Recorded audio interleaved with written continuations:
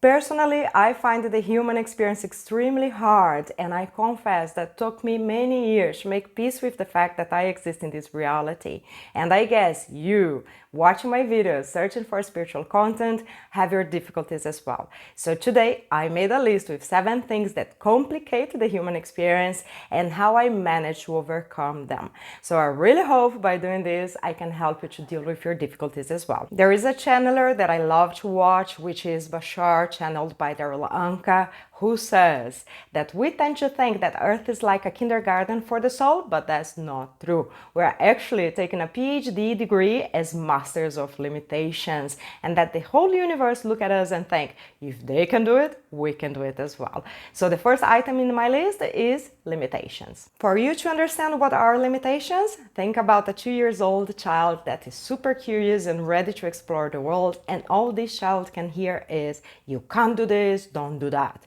All this set of rules about what you can do, what you cannot do, what is expected from you, and how life works form your belief system during your childhood, which in turn will form your reality. And many of these beliefs are limiting beliefs because they stop your potential. To deal with that, you need to study and learn about limiting beliefs and look at the aspects of your life that you have most difficulties and work on your limitations. If you observe your social medias, I'm pretty sure you can see a lot of people that have real physical limitations and still they manage to have a fulfilling life, work, study, and even find love. And when you observe these people, you can really understand that limitations exist only inside our minds. The second item on my list is violence. Horrible things happen on this planet and it is nearly impossible to don't feel affected when we watch them, unless you are a psychopath. So, do you know the saying, what the eyes don't see, the heart doesn't feel? It is very valid here. Avoid watching the news, avoid putting your focus and your attention on these kind of things, especially because energy is the currency of the universe and everything that you put your focus and your attention to only amplifies, and the only thing you get, it is to experience more of it. Besides avoiding looking at violence, also understand that this world is dual. The same way as you have light, you have darkness here. And some souls are very keen to explore the negative side of things. And they have the right to do so because of the law of free will. So every time you bother about that, just tell yourself, it is their choice, I cannot control what they choose, I send them light, I choose to focus on the beautiful and positive things in life. But then you might say, but Juliana, good people are victims of these people's choices. How does that work? And that brings me to the next topic. Life is unfair. I still haven't met a single person that thinks that life is fair because it doesn't look like. Every day we see bad things happening to good people and that gives us such an anger, such a bad feeling inside us. I used to bother about this a lot until I studied spirituality and understood the divine laws. You cannot understand the things that happen here in terms of justice just looking at it from this human perspective because it's very limited. The journey of the soul is eternal and this life in comparison to it, it is just a tiny dot. So to understand what happens here, you need to understand the whole. Otherwise, it would be like judging a book by the cover or judging a movie just watching the trailer. It is impossible. I know it is quite hard to remember your soul experiences before being born here because amnesia is part of this game. But I can tell you that the information is stored in your unconscious. So if you think that bad things, unfair things happen to you, just get out of the victim position and ask yourself as a creator, why did I create this in my life? And go deep within yourself to find the answers. You can use any technique that you prefer, be meditation, hypnosis, or anything that you believe. When you manage to find the answers, you'll have more peace and you'll understand that there are no injustices according to the divine laws. The fourth item on my list that used to bother me a lot is that I used to think that human race is a slave race because most people, they survive, they don't live. And how do you overcome this feeling? Well, have a look at your belief system. If you believe that life is only about working to pay bills, That's pretty much the only kind of reality you can experience. And work with something that you like, because when you do something that's aligned with your dharma, with your purpose, you feel more joy, more fulfillment, and you also elevate your vibration, which will help you to attract more abundance in your life. The next topic on my list that I think it makes human experience harder is the lack of transparency, because we are not a telepathic race, not yet at least, and people lie. And when they do so, it might hurt a lot. And how do you deal with that?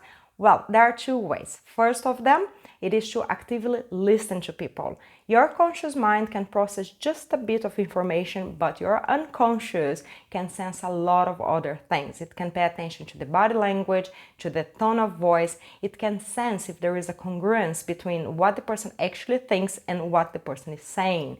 And after you pay attention to them, don't try to make sense of it logically. Just try to feel it with your guts. Can you trust the person or not? Another way to deal with this, it is to observe more people's actions and behaviors than to pay attention to what they say. A classic example to illustrate this, it is romantic relationships. Usually, there's always one person that keeps saying things like, oh, when you meet my family, when you come to my place, when we travel together. And if you only pay attention to what they are saying, you'll buy into the idea that they want a serious relationship with you. But let's say you start to observe their behavior and you notice that in 2 weeks, 1 month, 2 months, they badly make time to spend with you, and they only look for you when they have nothing better to do, when they're bored. What does that tell you? So, people's words and actions gotta be congruent, they gotta be in the same line. If there is a gap between them, listen less and observe more. The next topic on my list are the strong negative emotions. As humans, we can have very intense feelings, and I don't know about you guys, but I can be a very emotional person and I usually struggle a lot with it. Especially because society doesn't teach us how to deal with it. It doesn't help us develop emotional intelligence. So many of us grew up and end up using substances to numb down these feelings. We drink, we sleep, we watch TV, we do anything as long as we don't feel. What I learned that helps me to deal with it is that emotions are your best friend. They exist to show you that there's something right or something wrong in your life. So next time you feel a very strong negative emotion, just sit with yourself and investigate what is the source. Usually it is 1 out of 3. It's either a person, a situation that you need to remove from your life, to detach yourself from it, or it might be in your thoughts, in your mind, expectations, reality, things are not going on the way you want, or you have a limiting belief, so you need to readjust your thought patterns and your mentality.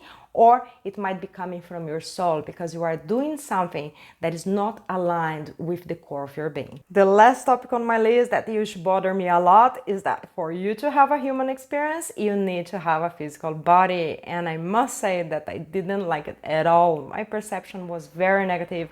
I used to think of the physical body as very limiting, very dense, very heavy.